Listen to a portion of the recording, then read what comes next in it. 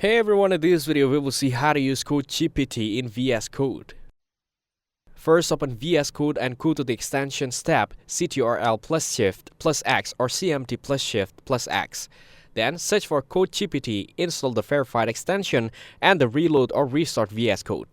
Next, obtain your OpenAI API key from your OpenAI account and sign in or paste it via Ctrl plus Shift plus P. And CodeGPT set API key. Now use natural language prompts like Ask CodeGPT or CodeGPT explains selection, refactoring selection, unit testing, etc. via quick commands. Trigger a prompt by placing the cursor after a command and pressing Ctrl plus Shift plus I or Ctrl plus Shift plus I to generate code snippets or explanations. Finally, customize settings in VS Code, e.g. model, max tokens, temperature, language under CodeGPT preferences for tailored behavior. Thanks for watching. Make sure to like and subscribe.